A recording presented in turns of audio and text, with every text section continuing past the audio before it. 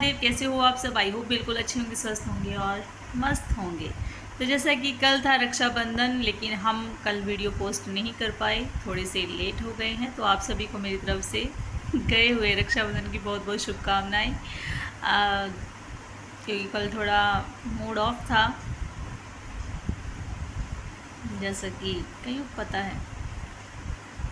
मैं अपनी हाँ, ये ज़रूर मैं व्यक्त कर देती हूँ कि मैं बहुत परेशान हूँ, बहुत दुखी हूँ, लेकिन रीज़न नहीं बताती किसी को। रीज़न सुनने के लिए बहुत बहुत कम लोग हैं मेरे रीज़न को सुन सकते हैं। जीने में लायक समझती हूँ, सिर्फ उन्हीं से शेयर करती हूँ मेरी बात, और करनी भी चाहिए।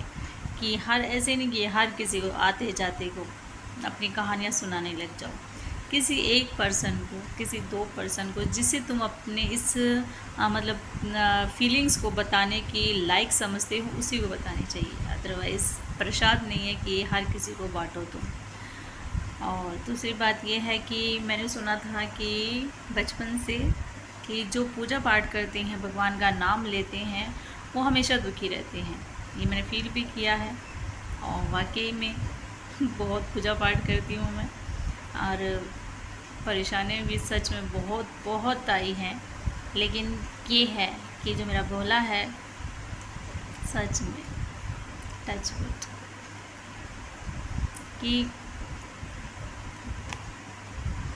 क्या बताएं, एक इतनी एनर्जी मुझे मिलती थी कभी, जैसे कि कोई सी टेंशन को लेके दिमाग इतना जम जाता था, दही की तरह, घी की तरह, जैसे सर्दियों में जम जाता है, ऐसे जम जाता था।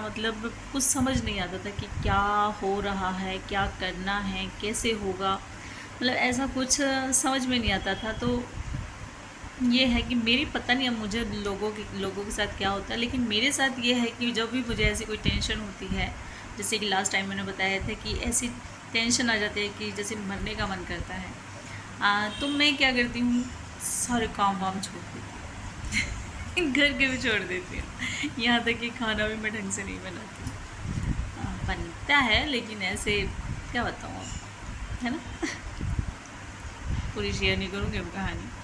तो लेकिन ये है कि मुझे पता नहीं, एक एनर्जी सी मिलती है फिर उस दौरान मुझे, जब मैं उस टेंशन ग्रस्त, चिंता मग्न होकर डूबने लगती हूँ मैं उस दरिया में, तो मुझे एक ऐसी एनर्जी मिलती है मेरे भोले की तरफ से कि मैं हूँ, तो चिंता मत कर, सब कुछ ठीक करूँगा। तो कसम से इतना पावर आ जाती है ना खुद में, तो मुझे फिर किसी की ज़रूरत नहीं पड़ती। आपको पता है, जैसे कई मैंने देखी हैं, लेडीज़ देखी हैं जिनके भाई नहीं होते हैं, वो बोलती हैं, रोती हैं रक्षाबंधन को कि हमारा भाई होता तो हम भी राखी बांधते, हम भी हमारे पियर जाते। मुझे कभी इस चीज़ की ना, सच बताऊं, मेरे भोले ने कभी मुझे ये फील ही नहीं होने दिया। कई बार होता था, लेकिन एक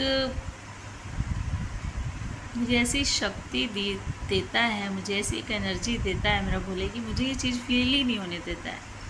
और वाकई में, सच में, अगर तुम भोले का आसरा लेते हो ना, तो तुम्हारे ऊपर कोई भी आँच नहीं आ सकती। परेशान ज़रूर होगे, परेशान ज़रूर होगे। वो एक परीक्षा समझकर, एक एग्ज़ाम समझकर, जैसे कि हम एग्ज़ाम के दिन में खूब तैयारी करते हैं, खूब मेहनत करते हैं, पूरी पूरी रात पढ़ते हैं, पूरा दिन पढ़ते हैं, अपनी आँखों में जलन होने लग जाती है। उसके बावजूद भी हम ये सोच के कि नहीं, मुझे पास होना है, मुझे टॉप करना है, तो हम लगे रहते हैं। बस उसी तरह परेशानियाँ आएंगी ज़रूर, लेकिन ये है कि जीत तुम्हारी पक्की है। हाँ, यदि तुम ईमानदार हो तो दिल साफ रखो, ईमानदारी रखो, मेहनत करो, तो भोला कदम कदम पर तुम्हारे साथ है। सच में टच वुड कि मेरे भोले ने जो एक बोलते ना कि नामुमकिन को मुमकिन कर दिखाया, वो मैं आपको शेयर नहीं कर सकती, लेकिन मेरी बस इतनी फीलिंग्स मैं आपसे शेयर कर सकती हूँ कि सच में, जो मैंने लास्ट वीडियो में आपको कहा था कि इतनी बुरी हालत हो रही है मेरी, और इतना भी विश्वास है कि हो जाएगा सही बहुत जल्द, लेकिन फिर भी टेंशन होती है, इंसान है आखिर। तो आज मेरे भोले की कृपा से, मेरी मातेश्वरी की कृपा से बिल्कुल बिल्कुल सही हो गया है। तो इसी तरह अपने विश्वास को टूटने मत देना, भगवान पर अपनी आस्था बनाए रखना, पूजा करना, ईमानदारी से, साफ दिल और मेहनत करना। किसी की हराम की कमाई और किसी की दूसरी पराई धन पर, स्त्री तो छोड़ो, लेकिन धन पर कभी भी गलत निगाह मत रखो। सच में मेहनत का 1 रुपया भी ना तुम्हें करोड़पति बना सकता है।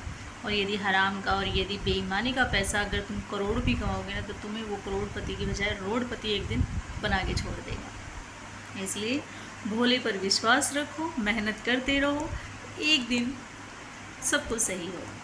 हर हर Mahadev. Thank you so much. आपको मेरी ये थोड़ी सी शिक्षा अच्छी लगी हो तो अपनाना जरूर। Thank you so much. हर हर महादेव।